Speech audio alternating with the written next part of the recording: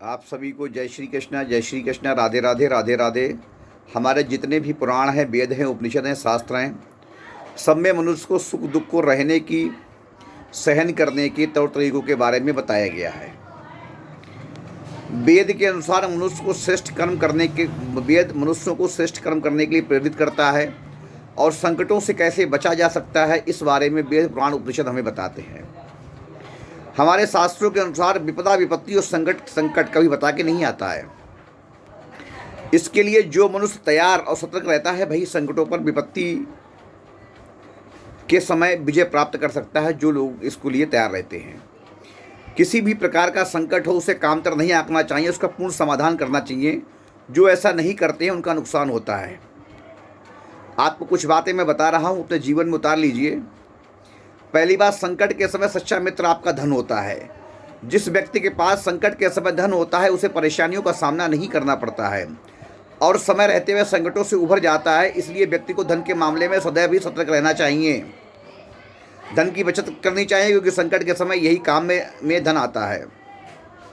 Number 2, संकट के समय परिवार की सुरक्षा पहली प्राथमिकता है, क्योंकि व्यक्ति के लिए उसका परिवार ही सब कुछ होता है। इसलिए उनके जीवन को सुरक्षित करने के लिए हमें हर प्रकार के प्रयास करने चाहिए।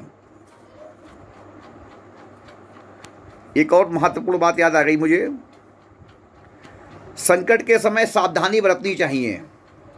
संकट आने पर व्यक्ति को सावधान हो जाना चाहिए, हर कार्य को बड़ी सावधानी के साथ करना चाहिए, क्योंकि संकट के समय व्यक्ति के पास अवसर सीमित होते हैं और चुनौतियां बड़ी होती हैं।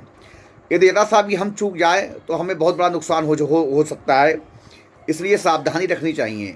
संकट के समय स्वास्थ्य का विशेष ध्यान रखना चाहिए। जब आपका स्वास्थ्य अच्छा होगा तो मन और मस्तिष्क पूर्ण रूप से सक्रिय रहेगा। जब ये सही तरह से कार्य करेंगे तो संकट को आसानी से आप लड़ सकेंगे। अंतिम बात, संकट से निपटने के लिए व्यक्ति के पास ठोस रणनीति होनी चाहिए। इस रणनीति के तहत ही व्यक्ति को चरणबद्ध तरीके से आगे बढ़ते हुए संकट का निवारण कर सकते हैं। जिस व्यक्ति के पास संकट से निपटने की रणनीति नहीं है, वह संकटों में घिरा रहता है और परेशान रहता है और परिवार के साथ दुखी रहता है। स्वयं तो परेशान होता ही है, साथ में परिवारों को भी परेशान करता है। मेरा सभी से अनुरोध है, देखिए, धीरज धर्म मित्र और नारी आपातकाल परखिए चारी, ये तो है ही, लेकिन संकट कभी बता के नहीं आता है। इसलिए हमें सदैव इन चीज़ों की बचत करनी चाहिए, जिससे ये संकट के समय आपका साथ दे सकें और आने वाले हर मुसीबत से आप बच सकें और परिवार के साथ, समाज के साथ आप अपने घर में सुख के साथ, यश के साथ, आनंद के साथ जीवन यापन कर सकें। बहुत सारी शुभकामनाओं के साथ जय श्री कृष्णा, राधे राधे राधे।